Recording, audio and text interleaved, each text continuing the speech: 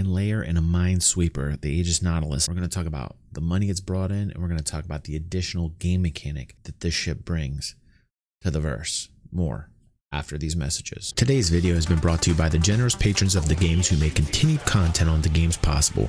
The games patrons enjoy monthly giveaways like Steam gift cards, Star Citizen packages, and any game that you want giveaways. Please consider donating just $1 if in any way you enjoy the game's content. Thank you. First, let's talk about the nearly $700,000 that the Nautilus has brought in since Saturday night.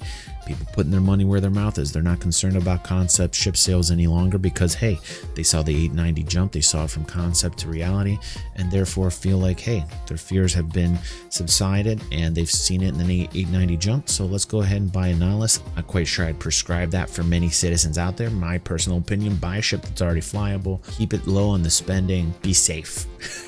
As much as I love Star Citizen, that's just some wisdom for you. For people that are super passionate about the game like myself, that have the money, unlike myself, and they want to spend it, hey, go for it. You know, all for you guys that are throwing that cash in. You guys are the reason why the game's as far as it is, honestly. People will say, hey, we're tired of seeing these ship sales, especially concept sales, because we just want what is out there to be polished up, done, and let's wrap this thing up and let's get the show on the road. And I get the argument. I understand that people are upset, but at the same time, in 2019, we're seeing record-breaking revenues right now.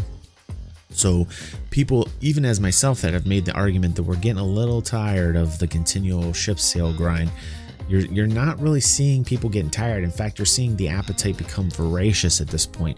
People are continuing to buy up not only finished ships, but into concept sales like the Aegis Nautilus. People also talking about the new mechanic of the turreted mine, which is pretty vicious if you ask me. These things explode in proximity to larger capital ships. When larger capital ships get in proximity to these mines, boom, these things go off. Also, they have turrets on them for smaller ships. Very cool. I definitely am a big guy about adding new game elements in, even though some people are like, oh my god, I can't believe it's just going to keep adding time to this. This is something that's going to take a lot of time anyway. People worried about the additional amounts of containers, the objects within the game because of the mines. SSOCS isn't here. We talked about that on the last video. That's still one of the issues. But if that does in fact get solved, then ships like this are going to become a reality, and I don't see this ship coming anytime soon anyhow. But I will say that I do like to add new game elements, and these turreted mines are super sick. I just love the fact that, you know, this is going after larger ships, and I think this is a definite must-have for people that have larger orgs and want to protect their own capital ships. And it makes gameplay very strategic. You're going to have to scan for mines out there. The Nautilus is slightly larger than a hammerhead. You got 3 different levels inside the ship. A man's up to 8 is what it says. I'll show you the stats right here. I'm not going to get too much into that because everybody and their mothers talked about it, but I will say we see $700,000 being spent on the Nautilus. You know, that's pretty strong.